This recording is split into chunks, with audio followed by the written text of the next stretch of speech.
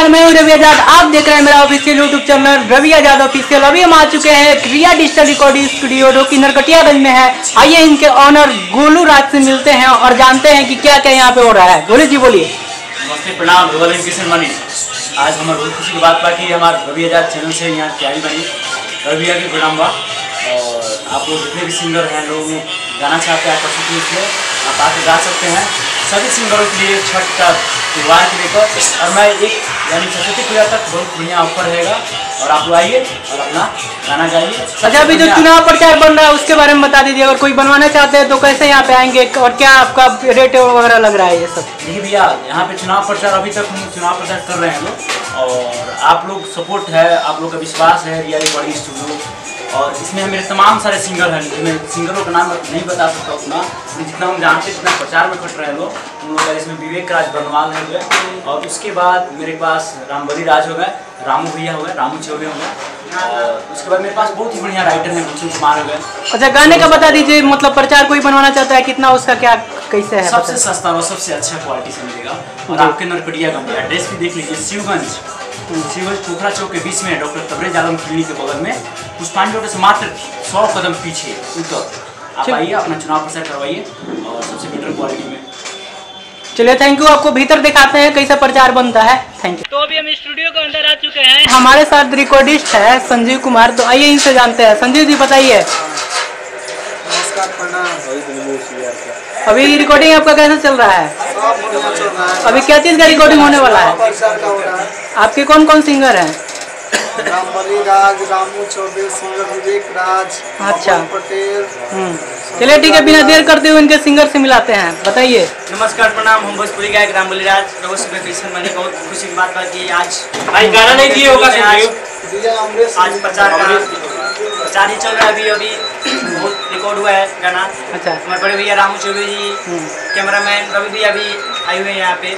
ठीक है, चलिए थैंक यू। अब रामू भैया का थोड़ा पूछ लेते हैं। रामू भैया बोलिए। मैं भोजपुरी गायक रामू चौबे आप सभी भोजपुरी श्रोता को प्रणाम करता हूँ।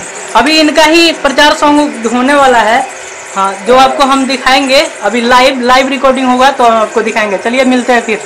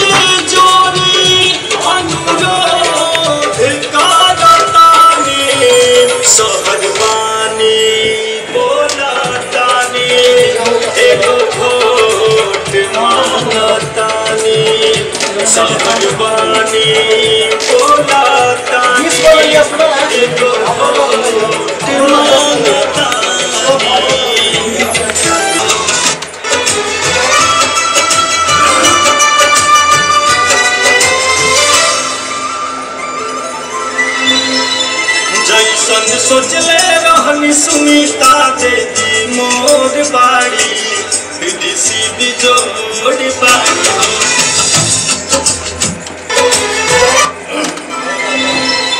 जैसन सोचले रहनी सुनीता देती मोर बाड़ी। सुनीता जहाँ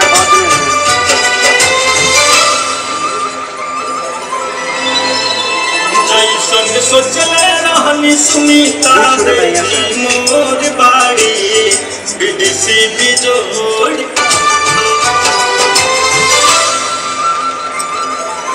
देखिए विवेक राज की आवाज में आप लोग प्रचार का सॉन्ग सुनिए और बताइए कैसा लगा।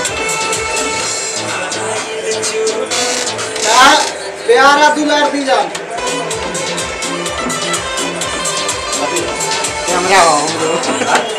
प्यार या दुलार दी जान थोड़ा वॉइस दीजिए ना आवाज भैया प्यार और दुलार दीजिए प्यार और दुलार आप कहिए ना प्यार और दुलार। तो देखिए हमको कॉपी करते हुए यहाँ पे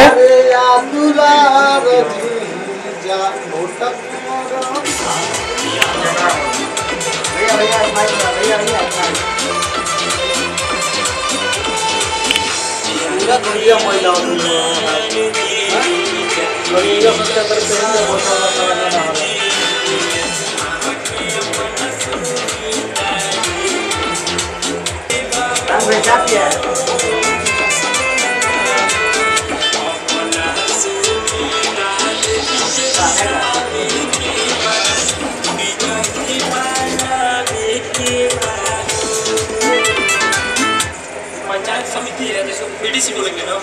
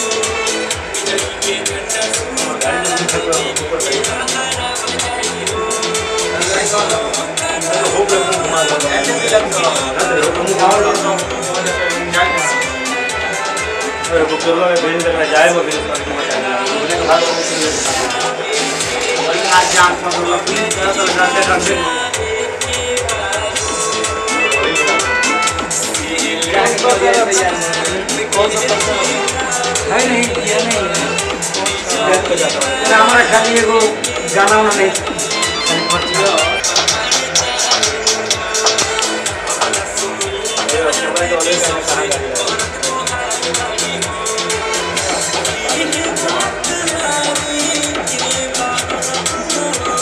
जगह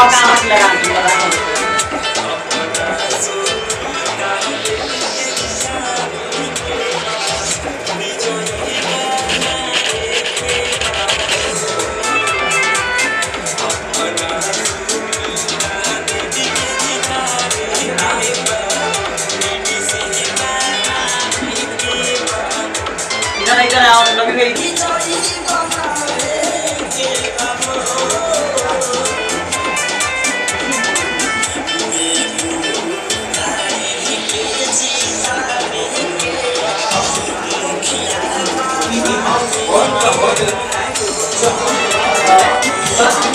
देख ले